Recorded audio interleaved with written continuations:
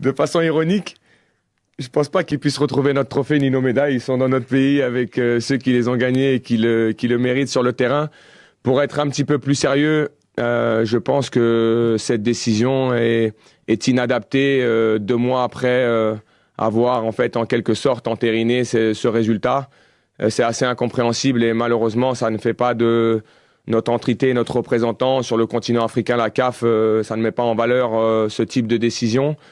Encore une fois, c'est délicat pour moi parce que vous savez que je suis très orienté et que forcément, je pense qu'il s'est passé plein de choses dans cette finale, mais le titre que le Sénégal a glané, ils l'ont glané sur le terrain avec tout ce qu'on a vu et ce scénario qui apparaît rocambolesque, mais sur le terrain, le Sénégal est allé chercher son titre continental, il était mérité, et je pense que aujourd'hui, c'est une situation qui est très difficile pour la CAF, pour tous les gens qui sont impliqués dans tout ça. Il y aura une décision du TAS derrière et on verra quelle sera la décision. J'espère juste que on en restera à cette décision qui avait été entérinée sur le terrain.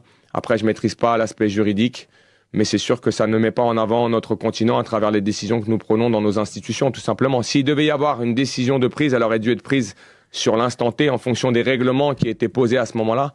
Et je pense que même si ça aurait été difficile, tout le monde les aurait compris. J'ai l'impression que là, il y a plus une incompréhension 2 mois après de cette décision qui, de toute façon, sera difficile à vivre pour les deux nations, tout simplement. Et moi, je pense au peuple respectif, que ce soit le peuple marocain ou le peuple sénégalais.